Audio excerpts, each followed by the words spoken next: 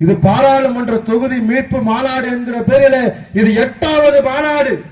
குறைஞ்சபட்சம் 5000 பேர் இருக்காங்க. பேரரசர் புகழ் போற்றுதல் பொதுக்கூட்டம் 16 மாவட்டங்கள்ல 16 இடங்களில் நடந்திருக்கிறது. நான் தாண்டா ஆம்பளை சிங்கம்னு சொல்லுவேன். இந்த சாதிக்கான பிரதிநிதி யாரா?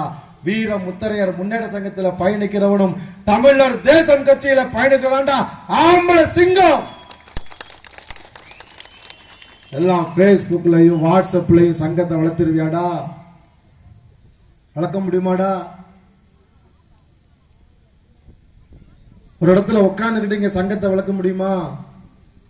புரிந்து கொள்ளுங்கள். இங்க நடக்கிற பிரச்சனை எல்லாம் சொல்லியிருக்கேன். சந்து கடையெல்லாம் இருக்கவே இருக்காது. நம்ம தம்பி தான் ஒருத்தன் சொன்னா, சந்து கடை இருக்கா, அடிச்சு ஓடடா, போலீஸ் வரட்டும், பெட்டிஷன் எல்லாம் கொடுக்காத, அடிச்சு நொறுக்கு. இதுல கூட ஒரு சின்ன நப்பாசை நமக்கு இருக்குமா? இல்ல, சின்ன ஆசை. நம்பால் இருக்க பகுதியில் நம்பாலாச்சும் ஒரு சந்து கடை நடத்தி போயிருக்கலாம்டா. 4 கடையை வச்சு அவனாச்சும் ஒரு மாடி வீடு கட்டிட்டு போடா, பொழைச்சு போடான்னு உள்ளாண்டா. வலையர்கள் பெரும்பான்மையாக வாழுகிற பகுதிகளில் ஒரு சிறுபான்மை சமூகம் சந்து கடை நடத்துறான். எவ்வளவு கேவலம்! இதற்கெல்லாம் இன்னும் 1 வருஷத்துல பதில் சொல்லுவோம். எலெக்ஷன்லாம் விடுங்க, தொகுதியை மீட்கிறோம், தொகுதி வாங்குறோம், மக்களை திரட்டுறோம், களத்துல நிக்கிறோம். சந்தோஷம். இங்க இருக்க பொறுப்பாளர்களுக்கு, பெரியவங்களுக்கு எல்லாம் முத்திரையர் சங்கம், மாவட்ட முத்திரையர் சங்கத்தை சேர்ந்தப்ப ஐயாக்கெல்லாம் கனவு. இந்த நாடு சுதந்திரம் அடைந்து 76 ஆண்டுகள் கடந்து விட்டது. நம்மளால ஒரு புது இடத்துல கூட முடியலையே, அதற்கு ஆட்சியாளர்கள் அனுமதி தர மாட்டார்கள். அப்படியே நம்மால் கூடனா என்ன ஆகும்? திருச்சியில எல்லாம் சதய விழான்னு கூடுவான். வீர முத்தரையர் முன்னேற்ற சங்கம் வர்றதுக்கு முன்னாடி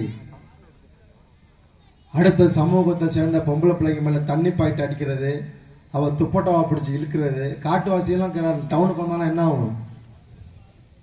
என்ன ஆகும்? ஐயோ, இந்த சமூகம் ஒரு நகரத்துக்குள்ள வர்றான்னு சொன்னா பெரும் கலவரம் ஏற்படும்.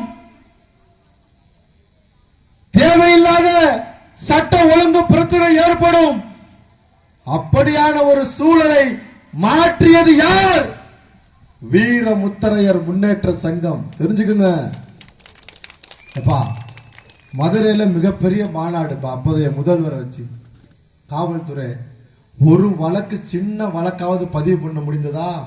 சின்ன வழக்கு 3 லட்சம் பேரை திரட்டி ஒரு வழக்கு கூட இல்லாமல் இந்த சமூகத்தினுடைய அவப்பெயரை துடை தெரிந்து இது ஒரு நாடாண்ட சமூகம், கண்ணியமான சமூகம் அப்படிங்கிற ஒரு நற்பெயரை உருவாக்கி கொடுத்தது வீர முத்தரையர் முன்னேற்ற சங்கம். யாரும் இதை மறுக்க முடியாது. இன்னைக்கு இந்த இடத்துல கேட்டவன அனுமதி தராங்கன்னா என்ன அர்த்தம்? வீர முத்தரையர் முன்னேற்ற சங்கத்தை தவிர, தமிழர் தேசம் கட்சியை தவிர வேற யாராவது அனுமதி கேட்டானா இந்த இடத்துல கொடுக்க மாட்டாங்க. காரணம், இந்த சமூகத்தை மிகச்சரியாக வழிநடத்துபவர்கள் வீர முத்தரையர் முன்னேற்ற சங்கமும் தமிழர் தேசம் கட்சியும் தான். அதை முதல்ல புரிஞ்சுக்கணும்.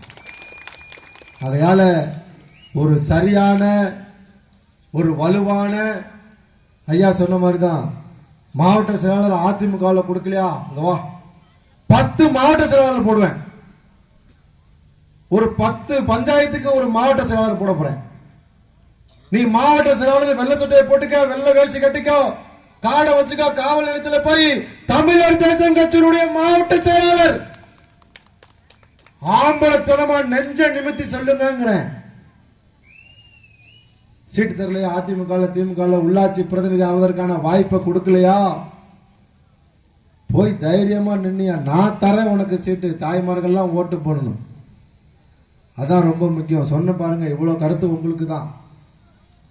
இனிமே சூழல் மாற போகிறது.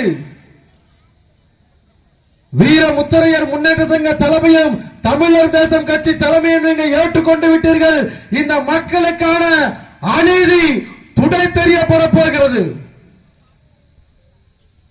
களத்துல இறங்க போறான் இனிமே தம்பிங்க. வக்கீல் தமிழ் வந்தம் தலைமையில எங்கெங்கெல்லாம் அநீதி நடக்குது, எவெல்லாம் நம்ம இடத்த ஆக்கிரமிப்பு பண்ணி வச்சு விட மாட்டான். ராணி மங்கம்மாவுக்கு சொந்தமான இடமா. இன்னொரு ஊருக்கு போனேன், சாப்பிட காலை உணவு, ஒரு வீட்டில் நைட்டு தங்குறேன். அந்த ஊர் என்ன ஊரு? புதுவலசை சத்திரத்துல ராணி மங்கம்மா. ஏண்டா ராணி மங்கம்மாவுக்கு இஸ்லாமியருக்கு என்ன சம்பந்தம்னு நான் கேட்கிறேன். ராணி மங்கம்மா உங்க குடும்பத்துல பிறந்தாங்களா? உங்க குடும்பத்துல பொண்ணு கட்டினாங்களா? ராணி மங்கம்மா சொந்தமான இடம் 1.5 ஏக்கர் இருக்கு. அதுல வீடு இல்லாதவர்கள், உங்களை மாதிரி மாடி வீடு கட்டிக்கிட்டலாம்ல, வீடு இல்லாதவங்க போய் குடிசை போட்டா உடனே அங்க இருக்க பஞ்சாயத்து தாசில்தார்லாம் அப்பதான் வேலை செய்வாரு. வேலை செய்யணும். இனிமே அரசு அதிகாரிகள் இனிமே நீங்க எப்படி மாற்று சமூகத்தை சார்ந்தவர்களுக்கு, மாற்று மதத்தை சார்ந்தவர்களுக்கு கடமை கண்ணியம் கட்டுப்பாடோட வேலை செஞ்சீங்களோ, தமிழர் தேசம் கட்சிக்கு இனிமே நீங்க வேலை செய்யணும். செய்ய வைப்பான் என் தம்பிங்க, செய்ய வைப்பான். நடக்க போகுது அது. அந்த இடத்த இப்ப எல்லாத்தையும் விரட்டி விட்டு ஒரு நாட்டுல பெரும்பான்மையா வாழ்ற ஒரு சமூகம், பூர்வக்குடி சமூகத்துக்கு 35 வருஷமா 40 வருஷமா 50 வருஷமா பட்டா தரலன்னு எந்த அரசியல்வாதிக்காவது தெரியுமா? மலையில போனா ஒரு பிரச்சனை, மலைவாழ் மக்களுக்கும் கொடுப்பானா? ஏன் அவன் எவ்வளவு நாளா வாழ்றான்? அவனும் 50 வருஷமா தான் இருக்கான்.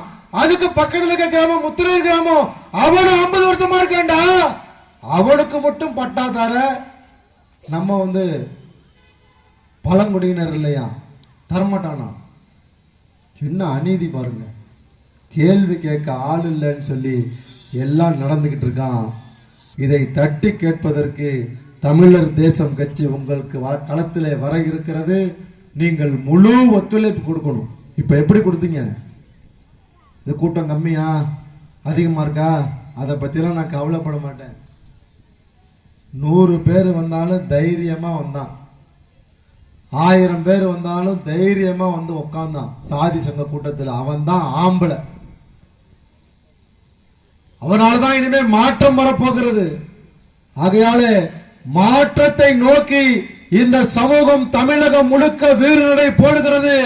அதற்கான தலைமையை தமிழர் தேசம் கட்சி ஏற்றுக்கொண்டிருக்கிறது. எந்த சந்தேகமும் எந்த சலனமும் படாம நீங்க கூட வாங்க, முழு ஒத்துழைப்பு கொடுங்க.